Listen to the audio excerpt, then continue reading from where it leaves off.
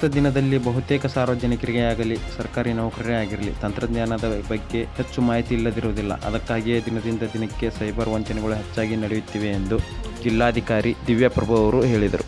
Improve ಆಗುತ್ತೆ, ನಾವು ಇನ್ನೂ ಎಫಿಷಿಯೆಂಟ್ ಆಗಿ ಕೆಲಸ ಮಾಡೋದಕ್ಕೆ ಅನುಕೂಲ ಆಗ್ತದೆ. ಸೊ ಆ ನಿಟ್ಟಿನಲ್ಲಿ ನಾವು ಸುಮಾರು ನಮ್ಮ ಆಫೀಸ್ ಅವ್ರಿಗೇನು ಕೇಳಿದ್ದೀವಿ, ನಿಮ್ಮ ಇಲಾಖೆ ಸ್ಪೆಸಿಫಿಕಲಿ ನಿಮಗೆ ಇರುವಂಥ ಏನು ಸ್ಕಿಲ್ಸನ್ನು ನಿಮಗೆ ಬೇಕು, ಅದು ಕಂಪ್ಯೂಟರ್ ಸ್ಕಿಲ್ಸ್ ಇರ್ಬೋದು, ಮತ್ತು ನಮಗೆ ದಿನನಿತ್ಯ ಕಾನೂನು ಕಾಯ್ದೆಗಳ ಬಗ್ಗೆನ ಅರಿವು ಇರ್ಬೋದು.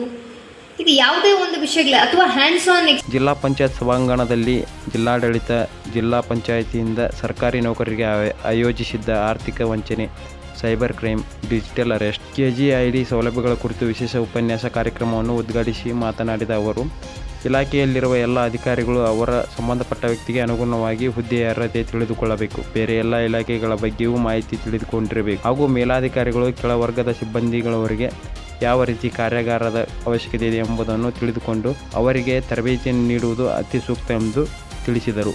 ಹೋಗಿ FD ವಿಡ್ರಾ ಮಾಡಿ ಅದನ್ನ SB ಹಾಕೊಂಡು then transfer to CBI account, ಅವ್ರೇನೇನು CBI ಅಂತ ಹೇಳ್ತಾರಲ್ಲ ಆ ಅಕೌಂಟಿಗೆ ಟ್ರಾನ್ಸ್ಫರ್ ಮಾಡಿದ್ದಾರೆ.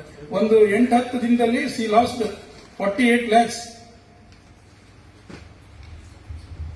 ಇನ್ ಧಾರವಾಡ ಓನ್ಲಿ. ಇದೇ ತರ ಡೆಲ್ಲಿಯಲ್ಲಿ 26 ಕೋಟಿ ಕಳ್ಕೊಂಡಿದ್ದಾರೆ.